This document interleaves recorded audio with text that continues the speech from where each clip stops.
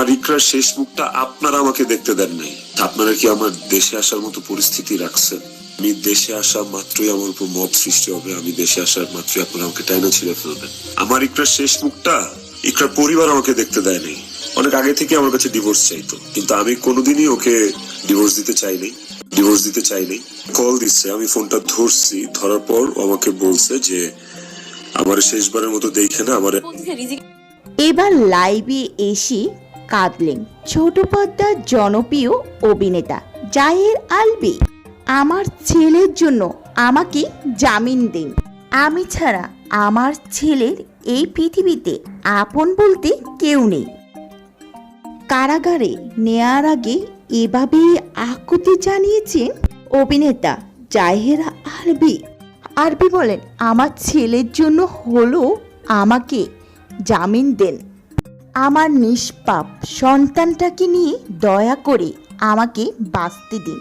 আদালতের এজলাস থেকে বের হওয়ার পর প্রিজন ভ্যানে দিকে যাওয়ার সময় এভাবেই কান্নায় ভেঙে পড়েন অভিনেতা জাহের আলভী। উপস্থিত গণমাধ্যম কর্মী ও জনসমক্ষে হাত জোর করে বারবার নিজের একমাত্র সন্তান রিজিকের দোহাই দিচ্ছিলেন তিনি। আজ আদালতে আত্মসমর্পণের পর জামিনের আবেদন না মঞ্জুর করে তাকে কারাগারে পাঠানো নির্দেশ দেওয়া হয়। এ সময় আবেগঘন ও মর্মস্পর্শী এক পরিস্থিতি সৃষ্টি হয়। মামলা ও আইনি জটিলতা জড়িয়ে গত 4 মাস ধরে এক প্রকার ফেরারি জীবন পার করছিলেন জাহের আলভী। 2 মাস আগে দেশে ফিরলেও আইনি জটিলতা ও বেড়াজালে নিজের সন্তানকে ঠিক মতন বুকে টেনে নিতে পারেননি আলভী।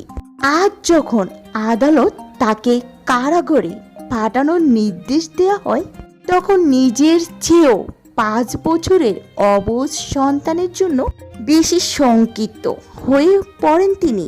মায়ের মৃত্যুর পর থেকে রিজিক তার বাবাকে পুরো পৃথিবী মনে করত। আইনজীবীদের মাধ্যমে জামিনের জোরালো আবেদন করা হলেও আদালত পক্ষ থেকে তা নাকচ করে দেওয়া হয়। বারবার আলভীর মুখে একটা কথাই উচ্চারিত হচ্ছে, আমাকে ছাড়া আমার ছেলে রিজিক থাকতে খুবই কষ্ট হবে। কেঁদে কেঁদে বারবার বলছিল, আমার ছেলের জন্য হলো আমাকে ছেড়ে দিন।